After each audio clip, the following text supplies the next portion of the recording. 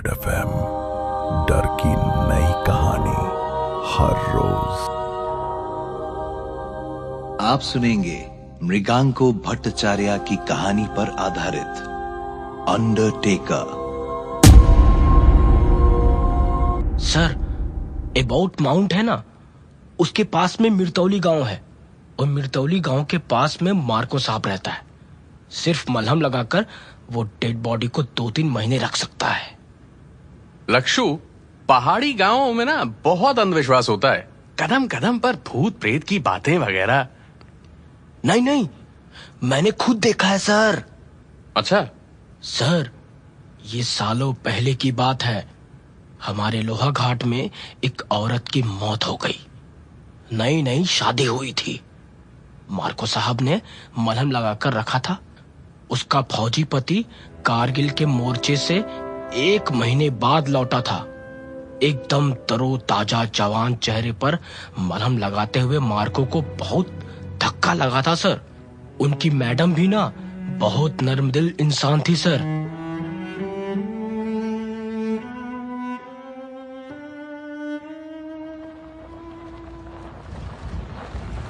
हमारी जीप पिथौरागढ़ से निकल चुकी थी। ऊंचे पहाड़ों के बीच सांप की तरह बल खाती सड़क लगातार मोड़ काटती ऊपर चढ़ती ही जा रही थी। घने देवदारों से घिरी पतली सी सड़क पर शाम का अंधेरा कुछ ज्यादा ही गहरा था। यहां कुदरत की आदिम निर्जनता है। आसमान से बात करते पहाड़ों के पीछे आंख मिचौली खेलते इन बादलों को देखने के लिए टूरिस्ट जाने कहां से आते हैं। लेकिन क्या होगा अगर उनके बगल में एक लाश ताबूत में लेटी हुई हो? पिथौरागढ़ के एक प्राइवेट बैंक के हम 4 कर्मचारियों की स्थिति कुछ ऐसी ही थी। ड्राइविंग सीट पर बैंक का ड्राइवर लक्षु था। लक्षु लमगढ़े। मेरे दाएं बाएं परम और असिस्टेंट मैनेजर नागेंद्र बिष्ट थे। लाश सर्विस मैनेजर मोक्षराज सूद की थी। कभी सड़क के बाईं ओर कुएं जैसी खाइयों तो कभी आसमान की ओर देखते हुए हम सब खामोश थे। ऑफिस में सबसे ज्यादा खुशमिजाज और जिंदा दिल इंसान थे मोक्षराज। लंच के बाद आज अचानक अपनी चेयर से लुढ़क गए। अरे क्या हुआ? अरे सूद साहब क्या हुआ? सूद साहब, अरे क्या हुआ? ऑफिस की गाड़ी में उन्हें डिस्ट्रिक्ट हॉस्पिटल ले जाया गया। उनमें जिंदगी की नब्ज तब तक थम चुकी थी। लक्षु को छोड़कर मोक्षराज सूद के साथ यहां मौजूद हम तीनों कुली नैनी सैनी एयरपोर्ट वाले रास्ते पर किराए के मकान में इकट्ठे रहते हैं। मोक्षराज की एक बेटी है। पहले बैंगलोर में पढ़ रही थी। पिछले साल से प्रिंसटन में है। वहीं जॉब कर रही है। घर पर उनके बैग और दूसरे सामानों में कोई डायरी वगैरह नहीं मिली। 60,000 रुपए कैश मिले। स्मार्टफोन को अनलॉक करने का पैटर्न किसी को नहीं मालूम। बैंक के कुलीग उलझन में थे। बेटी को बिना बताए अंतिम संस्कार करना क्या ठीक होगा? ऐसे में लक्षु लमगढ़े ने जब बैंक मैनेजर के रूम में एबट माउंट के मार्को का जिक्र किया तो यकीन न होने पर भी हम लोगों ने एक कोशिश करके देख लेना चाहा। पिथौरागढ़ से कोई 70 किलोमीटर का सफर होगा। बैंक के अधिकारियों ने लाश को अस्पताल से छुड़ाकर ऑफिस की जीप में ताबूत के भीतर डलवाया और शाम को हमें रवाना कर दिया।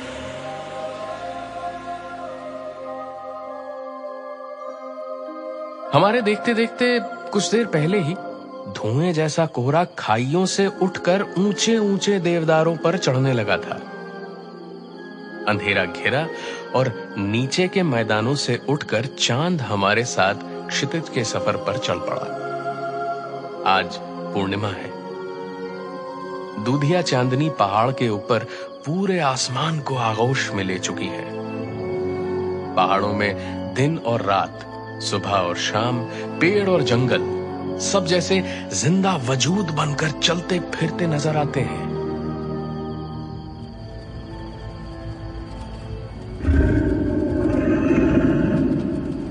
आवाज कैसी है? सुना है कुमायूं के पहाड़ी जंगलों में चुड़ैलें घुमा करती हैं। पहाड़ी उल्लू हैं परम, एक साथ बोल रहे हैं।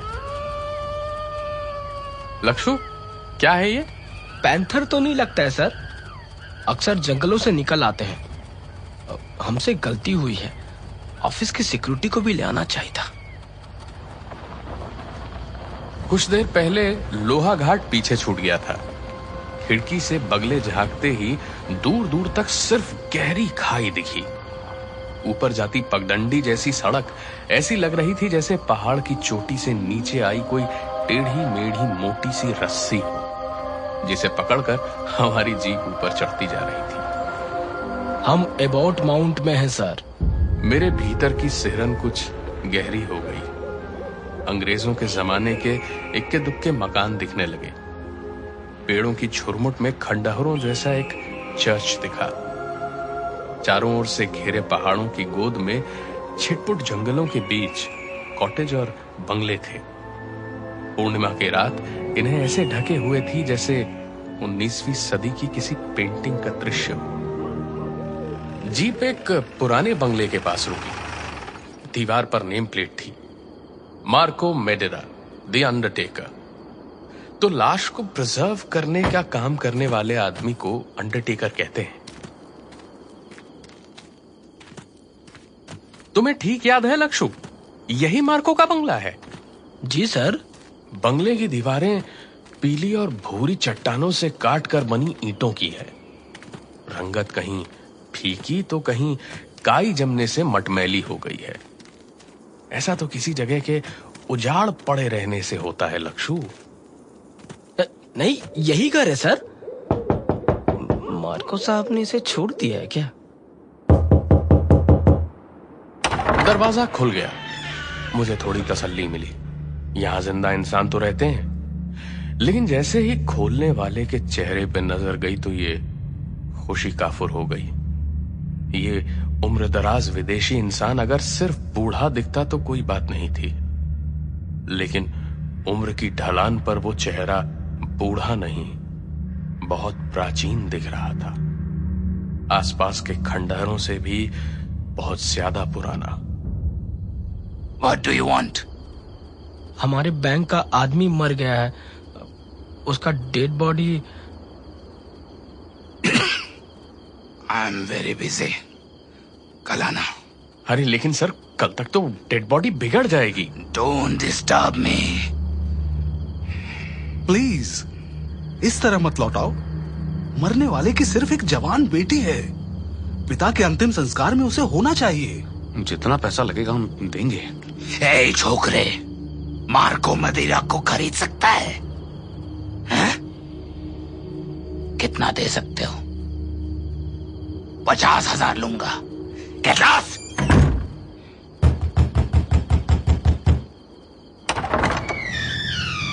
नहीं नहीं, हम तैयार हैं।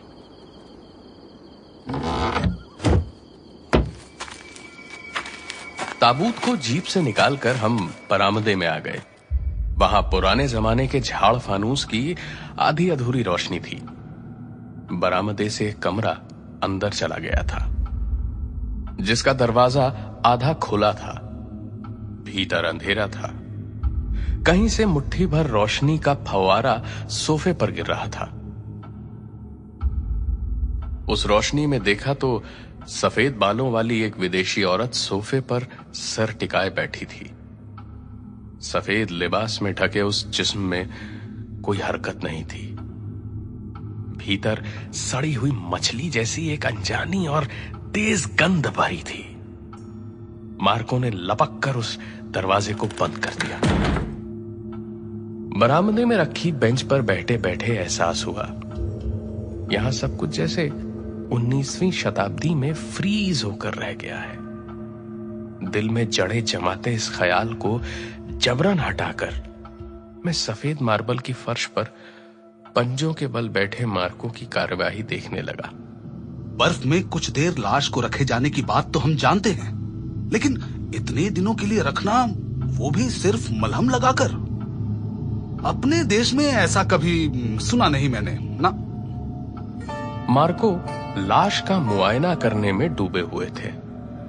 बगल में एक लकड़ी का बक्सा था, उसमें अद्भुत किस्म के औजार थे। उनमें से सिरिंज उठाकर उन्होंने डेड बॉडी की नाभि, गर्दन और हाथ समेत देह के तमाम कोमल अंगों में इंजेक्शन लगाना शुरू किया। काम करते करते उनकी दाढ़ी में हरकत दिखी। इजिप्ट में यह आर्ट था, आर्ट। यहां भी इसका एग्जाम्पल मिल जाएगा। हिस्ट्री सर्च करो। एक घटना तो मुझे ही मालूम है। टाइम था 1937।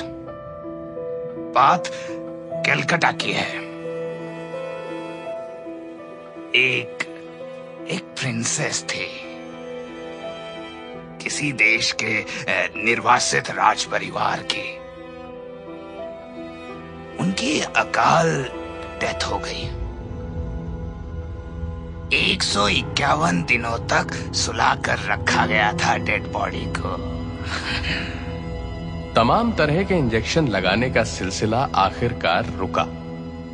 टूल बॉक्स में रखे सफेद डिब्बे से कोई मलहम निकालकर उन्होंने मृतक की देह पर लगाना शुरू कर दिया। बूढ़े हाथ ऐसे घूम रहे थे जैसे पेंटिंग पर आर्टिस्ट के हाथ, जो अपनी सबसे फेवरेट थीम पर ब्रश चला रहा हो। यह सब देखना मामूली लोगों के वश का नहीं था। हम लोग उठकर इसीलिए बरामदे से बाहर चले गए। अंधेरे में ही चहलकदमी करते रहे। टूल बॉक्स के बंद होने की आवाज से हम लौटे। अजीबो गरीब सरनेम है, मदिरा। मेरे दादा लुसियानो मदिरा 100 साल पहले पुर्तगाल से नॉर्थ ईस्ट में सिक्किम आए। पहाड़ी हर्ब से मुर्दे को प्रिजर्व करने का काम वो जानते थे। उनसे मेरे पिता ने सीखा। अब मैं जानता हूं। मेरी कोई औलाद नहीं है। मेरे बाद एम्बामिंग का ये आर्ट दुनिया से खत्म हो जाएगा।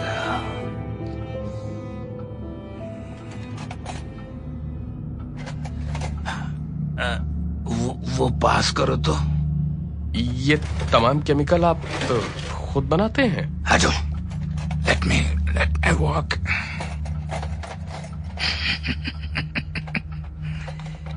वो सीक्रेट है। जो लिक्विड इंजेक्शन से डालता हूं वो भी मेरा ही आविष्कार है। मेरी टेक्निक इजिप्ट से कुछ अलग है। लो, तुम लोगों का काम हो गया। 3-4 महीने एकदम सेफ है। ये लो, मैंने सेलोफेन में डाल दिया है।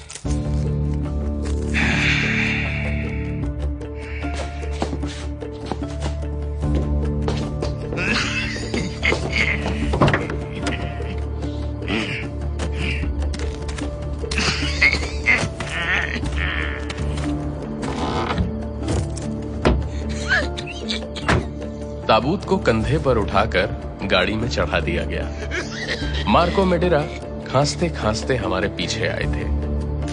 पैसे गिनते हुए उनकी आंखें हम पर टिकी हुई थी। उनके होठों पर हल्की सी मुस्कुराहट और सुकून के भाव आए। आवाज कुछ रहस्यमय हो गई। You young boys, मेरे काम में तुम्हारा इंटरेस्ट है। I feel respected. I'm sorry. तुम लोगों से पैसा डबल ले लिया। I think नहीं, कोई बात नहीं। No. पैसे का फुल रिटर्न मिलना चाहिए। आई थिंक, सुनो, मैं कुछ ऐसा बता सकता हूं माय बॉयज, जो इस दुनिया में कोई नहीं बता सकता। तुम लोगों को उसमें ज्यादा इंटरेस्ट आएगा। वो क्या? अंडरटेकिंग के अलावा मेरे दादा लुसियानो मेदीरा एक और गुप्त विद्या प्रैक्टिस करते थे। वो क्या? मरे हुए इंसानों में जिंदगी लौटाना। ऐसी कोशिशें तो दुनिया भर में होती रही हैं। राइट।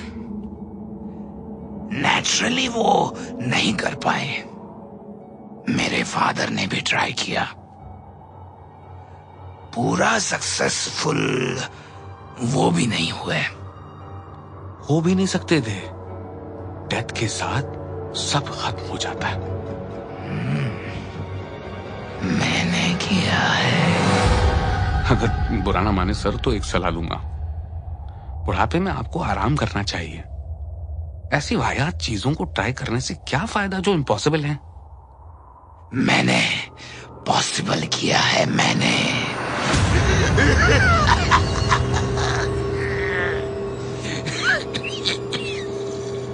हम लोग एक दूसरे की ओर ताकने लगे। बुढ़ापे की वजह से बेचारे का दिमागी संतुलन थोड़ा बिगड़ा हुआ लगा। अचानक आई खांसी के अटैक में उनका चेहरा डरावना हो गया था और उस पर सनक की गहरी छाप साफ दिखी। मैंने मुर्दा इंसान को जिंदा किया है। अच्छा? हमें भी दिखाइए जनाब। That's fine. That's fine. That's fine. Then, sir, I invite you to come inside once more. Come in, please.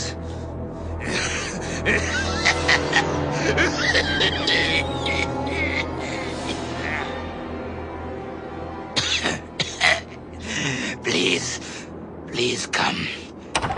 Alice! Alice! घर के भीतर सरसराहट हुई। कोई पांवों को घिसटते हुए इधर ही आ रहा था। सड़ी हुई मछली की गंध तेज होती जा रही थी। कर्कश आवाज के साथ बरामदे में भीतर का दरवाजा खुला और एक विदेशी औरत ठीक हमारे बीचों बीच प्रकट हुई। मोमबत्ती की रोशनी उस औरत के सफेद गाउन पर गिर रही थी। उसकी देह का रंग हाथी के दांत की तरह सफेद था। होठों पर लाल रंग का चौड़ा लिपस्टिक और आंखें। इंसान की आंखें क्या ऐसी डरावनी भी हो सकती हैं? वो एकदम सफेद थी। वहां पुतलियां तो थी ही नहीं।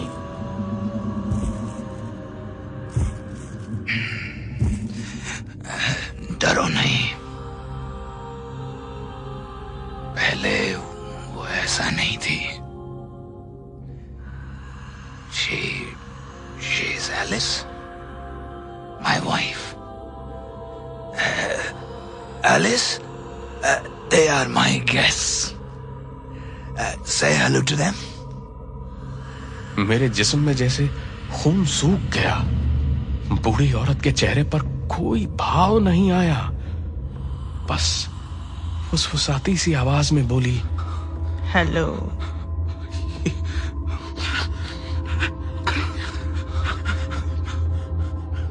मैंने देखा उनके मुंह में जीभ का रंग लाल नहीं, काले नाग की तरह एकदम काला था।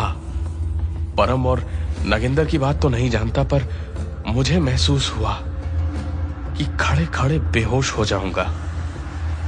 फिर भी खुद को संभाले हुए एलिस नाम की उस औरत से मुर्दों में जान डाले जाने का किस्सा सुनने का इंतजार करने लगा, लेकिन आवाज कहीं और से ही आई। एलिस 2 साल पहले मुझे छोड़कर चली गई। चली गई? यस, उसके मुर्दा जिस्म को मैंने अपने हाथों से एम्बाम किया था। मैं अपने आर्ट से उसे 4 महीने से ज्यादा नहीं रख सकता था, पर मैं रखना चाहता था, मुर्दा नहीं, जिंदा। इसलिए मरघट मरघट कब्रिस्तानों के चक्कर लगाए, साधु संत पीर फकीर तिब्बती तांत्रिकों के साथ रहा। आखिर यहां मिर्तौली गांव वापस लौटा। सपने में मेरे फादर और उनके फादर आए, गुप्त मंत्र बताया, मुर्दे में जान लौटाने का तरीका सिखाया। अमावस्या की रात को मैंने एलिस पर उसका इस्तेमाल किया और वो नींद से जाग उठी, नींद से जाग उठी वो।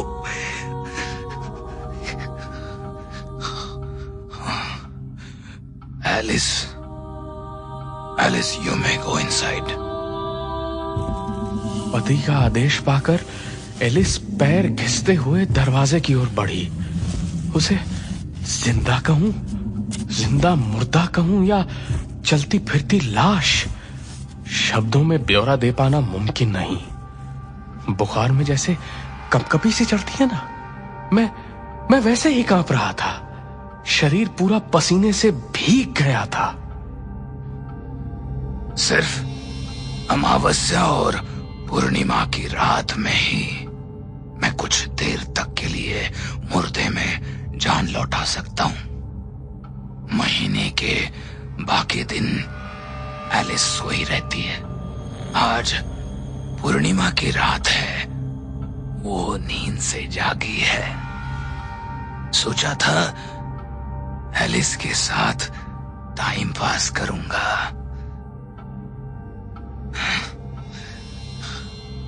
Anyway, I'm happy to show you my great work.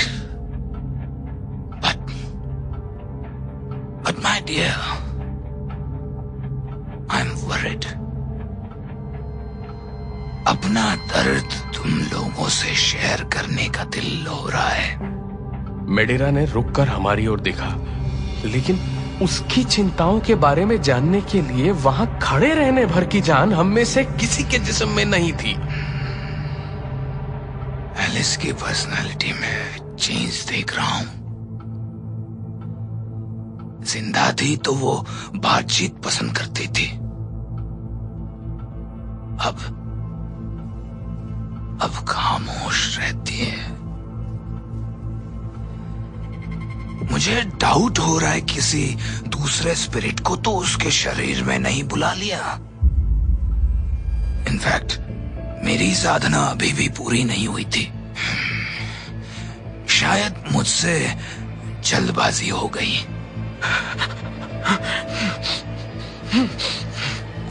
अरे क्या हुआ? ऐसे कांपते क्यों हो? अपने सवाल पर परम को खामोश देख मेडिरा ने बारी बारी हम सबको देखा। हमारे हालात का जायजा लेते हुए उसकी बूढ़ी आंखों में तेज होती चमक साफ दिख रही थी।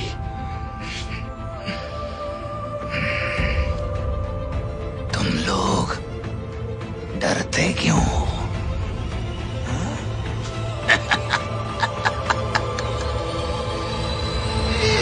किसी ने जैसे हमारे पैरों को मिट्टी में जकड़ रखा था। हिल नहीं पा रहे थे, बोल नहीं पा रहे थे, जैसे आवाज खो गई थी। लेकिन अब होश वापस लौटा तो देखा परम ने दौड़ना शुरू कर दिया है और उसके पीछे पीछे नागेंद्र सर भी बदहवास से भागे जा रहे थे। निकलो, जल्दी निकलो यहाँ से। रुकने का काम नहीं है, मेरे साथ साथ आओ। मैंने भी बिना सोचे समझे अपने पैर मशीनी अंदाज में दौड़ाने शुरू कर दिया और पीछे बूढ़े मार्को का अट्टहास गूंज रहा था।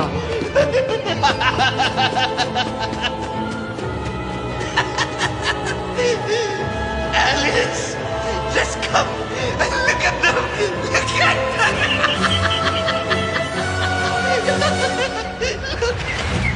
ड्राइवर लमगढ़े ने ना कुछ अंदाजा लगा लिया था। हमारे जीप में जंप करते ही उसने गाड़ी स्टार्ट कर दी। सर जल्दी जल्दी जल्दी करो, जल्दी स्टार्ट क्यों नहीं हो रहा? लक्षु चल चलो।